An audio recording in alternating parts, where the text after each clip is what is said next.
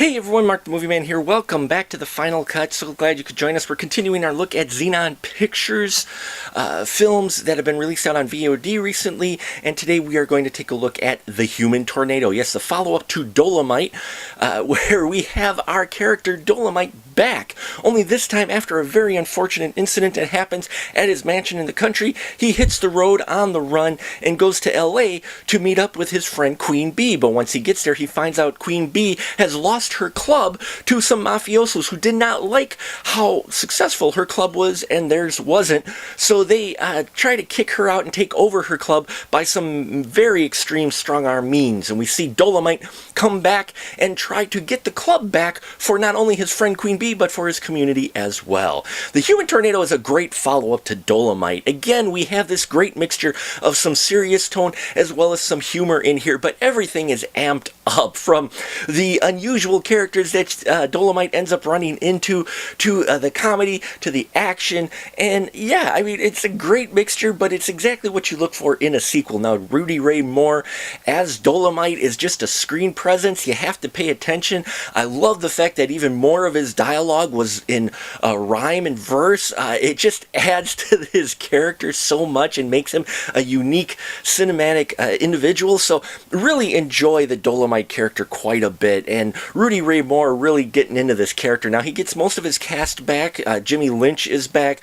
The talented Reed is back as Queen Bee, and Gloria Delaney as Hurricane Annie. Loved her performance in here, and look for a familiar face in the form of Ernie Hudson, making one of his screen debuts here on the Human Tornado, and he's showing that talent already that Ernie has. Jerry Jones, my favorite, is back, and it was great to see him on the screen. And J.B. Barron has been added as the racist sheriff who is after Dolemite.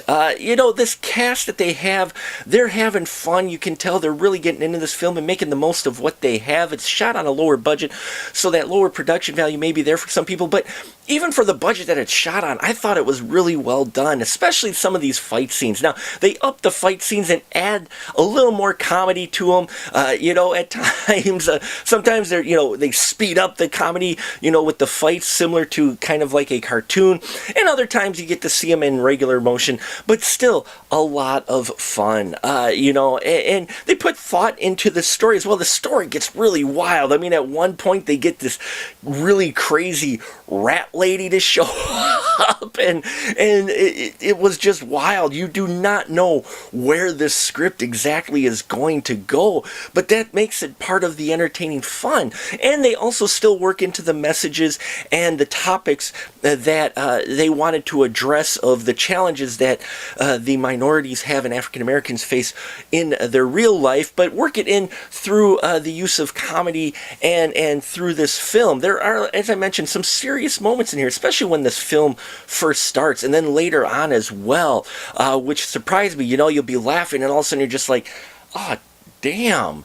You know, so they've got a great mixture of that as well. The Human Tornado is a great follow-up to Dolemite. It improves on everything that they had in the first one. Rudy Ray Moore is always fun to watch on screen, and it really is a film that clips along nicely. Never have you watching your watch at all of how long it goes. It was edited well and fast-paced, and yeah, I highly recommend The Human Tornado. It makes a great double feature with the first Dolemite.